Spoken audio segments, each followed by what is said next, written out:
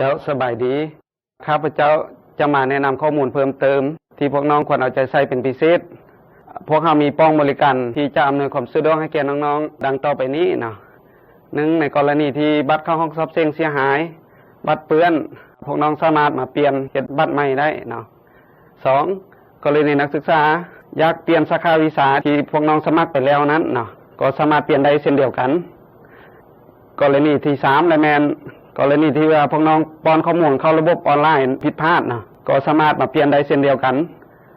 สิ่งสำคัญเลยนะก่อนที่จะเปลี่ยนหลังซ้ำกรณีนั้นพวกน้องต้องได้มาซื้อคำห้องเนาะนำปองบริการของพวกเฮาเนาะอยู่สโมสรใหญ่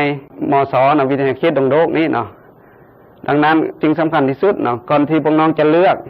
สาขาวิชาใดนึงเนาะหรือว่าจะป้อนข้อมูลใดเข้าไปในระบบออนไลน์ต้องให้เลือกดีๆคิดดีๆเนาะป้อนข้อมูลให้มันถูกต้องอ่านให้มันชัดเจนว่ามันถูกต้องแล้วบ่ก่อนกด submit เนาะกรณี submit ไปแล้วพวกน้องบ่สามารถแปลงข้อมูลคืนได้เนาะแต่ว่าทั้งหมดทั้งมวลนี่ก็สามารถมาที่ป้องบริการอยู่สโมสรใหญ่เนาะวิทยาเขตดงโลกมาซื้อคำห้องนำคณะกรรมการพวกเฮาเนาะเพิ่นจะมีคณะกรรมการเปลี่ยนให้เนาะสำคัญเวลามาต้องมีรูป3x42ใบเนาะมาพร้อมเนาะคณะกรรมการเพิ่นจะออกบัตรใหม่ให้จะแปลงข้อมูลให้พร้อมนะมาฮอดนี้คำแนะนำของข้าพเจ้าเมื่อเท่านี้นะสุดท้ายนี้ข้าพเจ้าขอใส่พรให้บรรดาน้องๆนักศึกษาน้องๆนักเรียนเนาะที่ว่าจบม.7 ปีนี้จงประสบผลสำเร็จในการสอบเสี่ยงในศึกษานี้เมื่อทุกคนนะ